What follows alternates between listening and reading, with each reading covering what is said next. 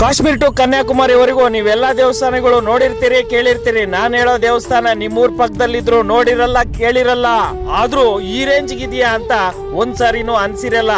ನೀವೆಷ್ಟೇ ಬಿಸಿ ಇದ್ರು ಒಂದ್ಸಾರಿ ಬಂದು ನೋಡ್ಕೊಂಡು ಹೋಗಿ. ನಮಸ್ಕಾರ ದೇವರು. ಬೆಂಗಳೂರಿಂದ 70 ಕಿಲೋಮೀಟರ್, ನಮ್ಮೂರಿಂದ 25 ಕಿಲೋಮೀಟರ್ ದೂರದಲ್ಲಿರುವ ಶ್ರೀ ಮಹಾ ಕೈಲಾಸಗಿರಿ ಕ್ಷೇತ್ರ. ಸುತ್ತಲೂ ಬೆಟ್ಟ ಗುಡ್ಡಗಳೇ. ನಾನ್ ಹೇಳೋ ಜಾಗ ಕೂಡ ಬೆಟ್ಟನೇ, ಆದ್ರೆ ಇಡೀ ಬೆಟ್ಟ ಒಂದೇ ಕಲ್ಲಿನಿಂದ ಕೊರೆದು ಸಾಕ್ಷಾತ್ ಆ ಕೈಲಾಸವಾಸ ಶಿವನ ದೇವಾಲಯ ನಿರ್ಮಾಣ ಮಾಡಿದ್ದಾರೆ.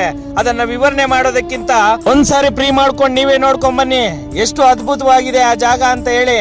ಹೋದ್ಮೇಲೆ ಒಂದು ವಿಶೇಷತೆ ಆ ಜಾಗದಲ್ಲಿದೆ. ಆ ವಿಶೇಷತೆ ಏನು ಅಂತ ನಿಮ್ಗೆ ಗೊತ್ತಾದ್ರೆ ಈ ವಿಡಿಯೋ ಕಾಮೆಂಟ್ ಮಾಡಿ.